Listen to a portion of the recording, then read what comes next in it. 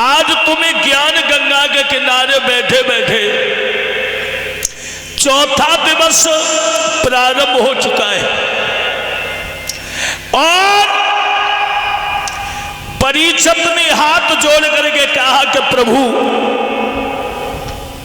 हमें सिर्फ और सिर्फ ये बताओ कि भगवान का अवतार कब और क्यों होता है। भक्तों, तो सुखदेव जी महाराज समझा रहे हैं कि हे राजन परीक्षित, जब जब इस भूतल पर अत्याचार होता है तो भगवान किसी न किसी रूप में अवतार लेते हैं। तुलसीदास बाबा ने रामायण में अपने शब्दों में लिखा है, तुलसीदास बाबा कहते हैं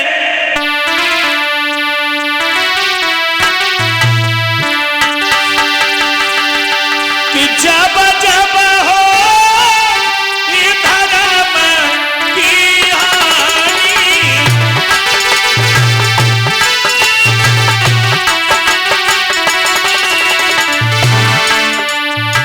तुलसीदास बाबा बता रहे हैं, अरे जब जब हो धर्म की हानि, जब जब हो धर्म की हानि,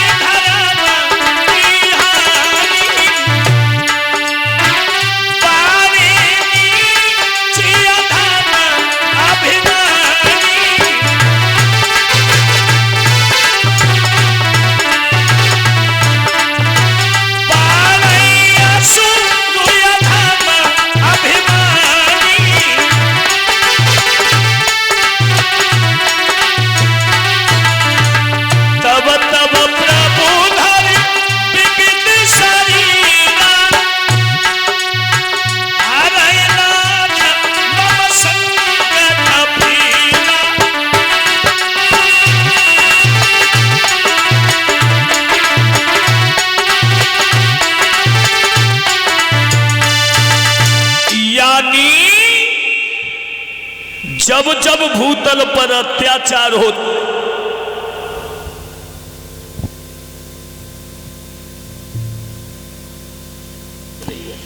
यानी जब जब भूतल पर अत्याचार होता है तो भगवान जो है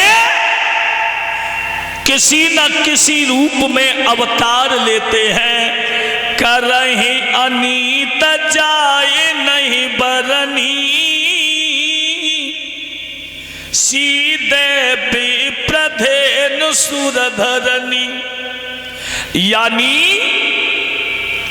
जब जब पृथ्वी पर अत्याचार होता है तो भगवान किसी न किसी रूप में अवतार लेते हैं। भक्तों,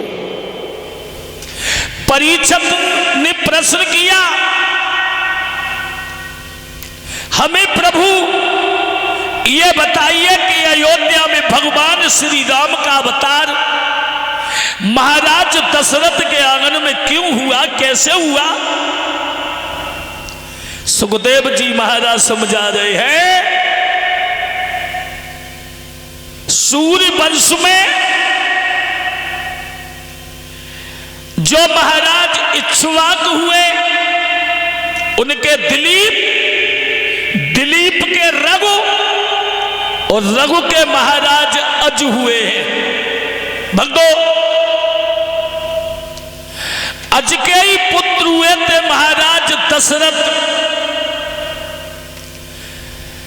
ये शरीर ही हमारा दशरथ है और इसमें घट घट में बसने वाला वो राम बैठा हुआ है। भक्तों, महाराज रघु के अज और अज के पुत्र महाराज दशरथ हुए अयोध्या में। महाराज दशरथ के आंगन में इनकी पहली रानी जो थी कौशल्या, ये महाराज कौशल की बिटिया थी परीक्षित। जब ये कौशल्या शादी के योग्य हुई तो महाराज कौशल ने नाई और ब्राह्मण को बुलाया और ये कहा कि हमारे आंगन में हमारी बेटी शादी के योग्य हो गई, कोई घर वर बताओ। तो नाई और ब्राह्मण जब चले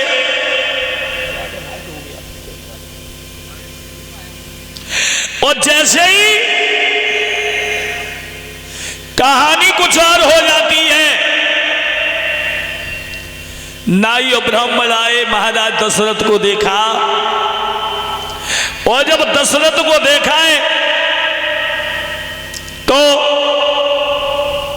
लगन टीका चढ़ा दिया और जब लगन टीका चढ़ा दिया शादी के सिर्फ 5 दिन रह गए और जब शादी के 5 दिन रहे तो लंकापति रावण भगवान ब्रह्मा की सभा में पहुंच गया और भगवान ब्रह्मा जी से कहने लगा है, महाराज ये बताओ हमारी मौत किसके द्वारा है। ये विशेषण का पुत्र था, माता का नाम केसरी। रावण जो है ये लंका का रहने वाला था। भक्तों,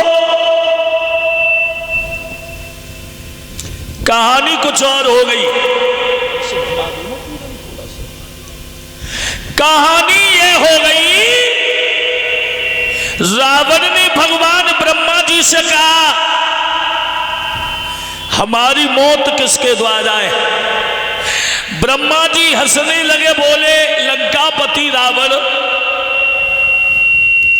समय का कोई पता नहीं है, समय बड़ा बलवान होता है और तुम ये पूछ रहे हो कि हमारी मौत किसके द्वारा है। तो आज से 5वें दिन अयोध्या नरेश महाराज दशरथ का विवाह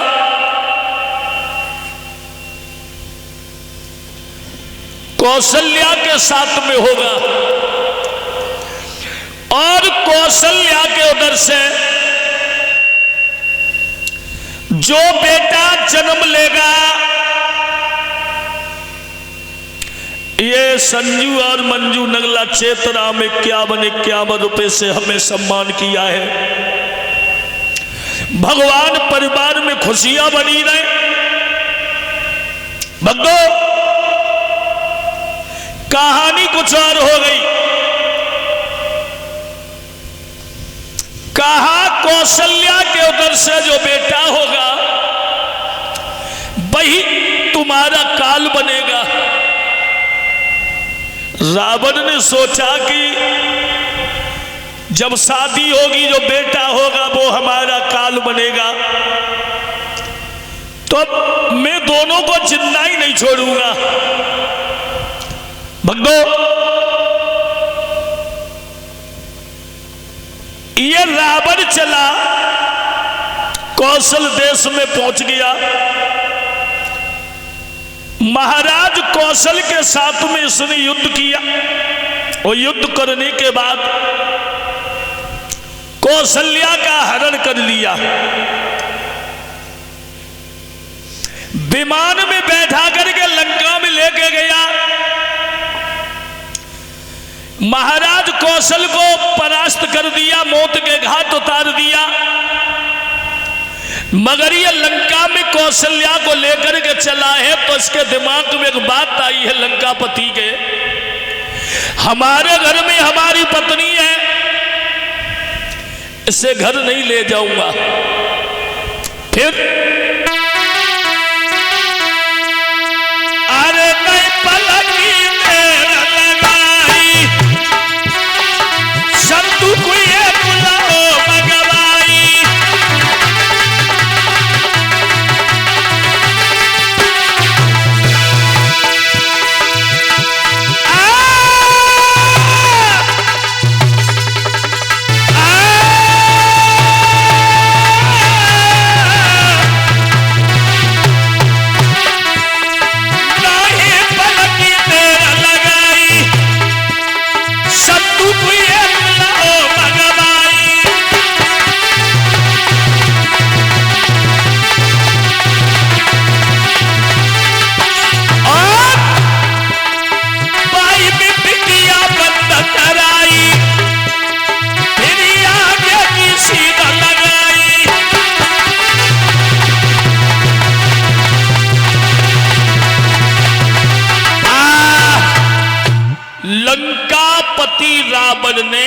कौशल्या का हरण किया।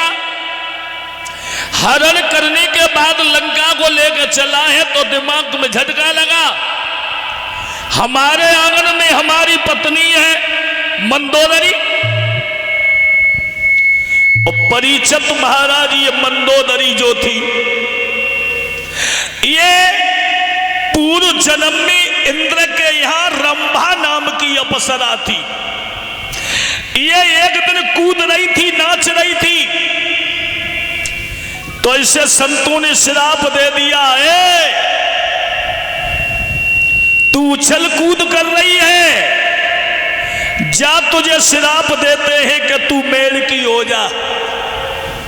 अब ये कहने लगी महाराज मैं मेढ़ की हो जाऊंगी तो मेरा उद्धार कैसे होगा? तो बता दिया तू 12 साल तक मेढ़ की रहेगी और 12 साल के बाद में कन्या बनेगी, फिर तेरी शादी होगी। भक्तों, ये रंभा नाम की अप्सरा मेढ़ की बनी, संतू की कुटिया पे रहने लगी। और जब ये कुटिया पे रहने लगी है, एक ताल में मेढ़ की बनकर के 12 साल तक रही।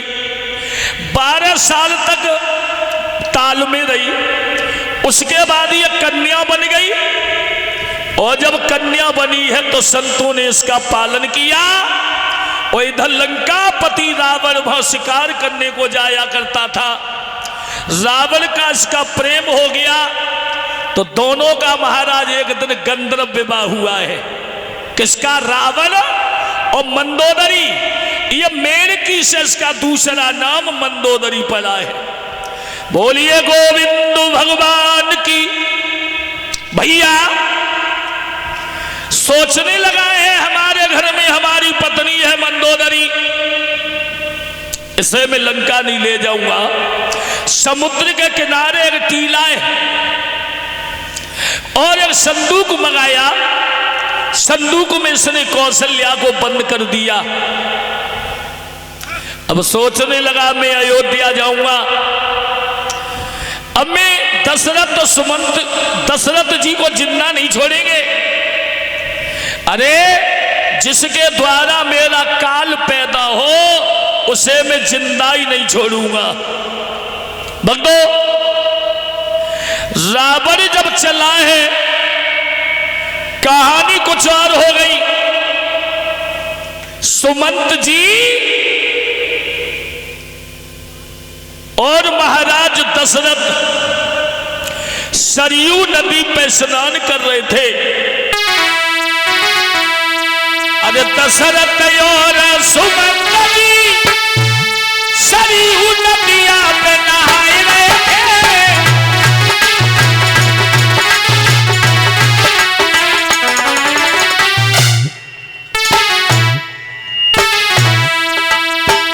क्या दशा है? दोनों सरयू नदी पे स्नान कर रहे हैं, सुमंत और दशरथ जी।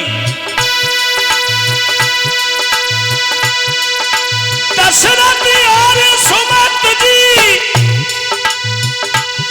सरयू नदिया पे नहाए रहे थे। दोनों ने देखा विमान में आए रहे थे।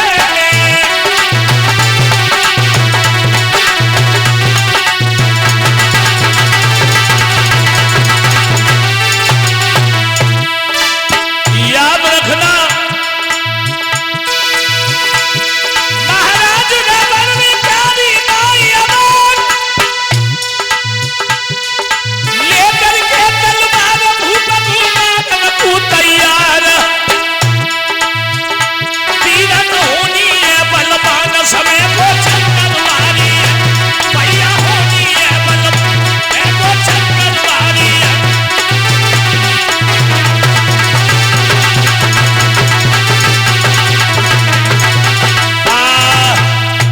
बोलिए गोविंद भगवान की। कहानी कुछ और हो जाती है भैया। जैसे ही दशरथ और सुमंत जी नदिया पे स्नान कर रहे हैं। रावण ने तलवार लेकर के उन्हें मारने की कोशिश की।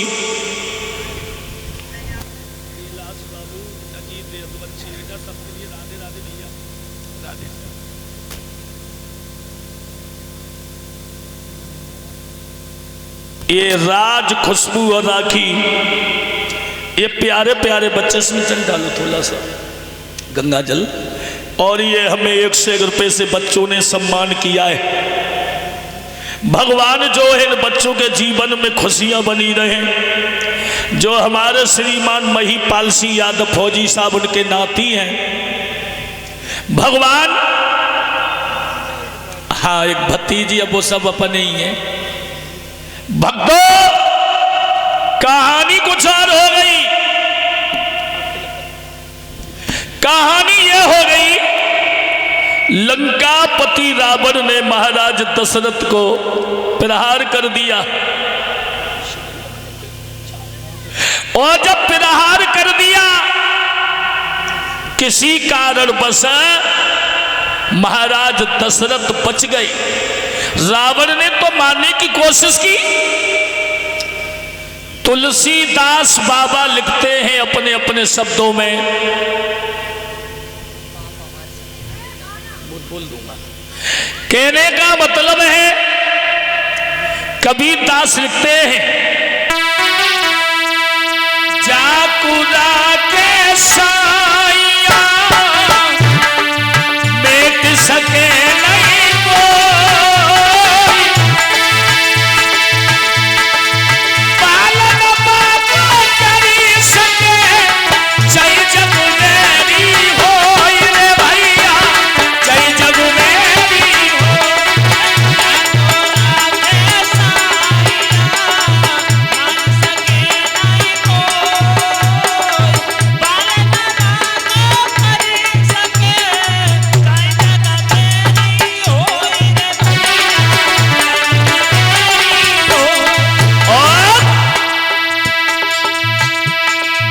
चाकुरा के साया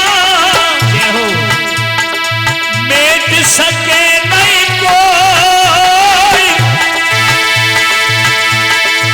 पालन बाबा करी सके, जय जग मेरी होई रे भैया, जय जग मेरी हो।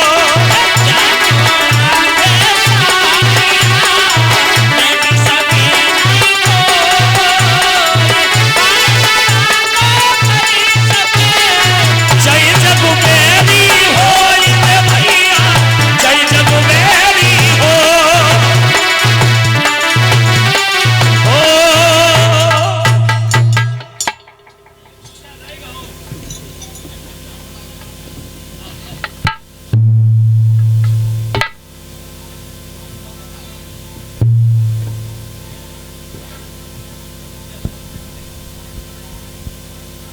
ये प्यारा सा बेटा जो अनुराग जी के पुत्र हैं, जो ये हमें प्यारा सा नाती 1 से 1 रुपए से सम्मान किया है, बंद कर दिया, सुनता नहीं है। और ये हमारे पास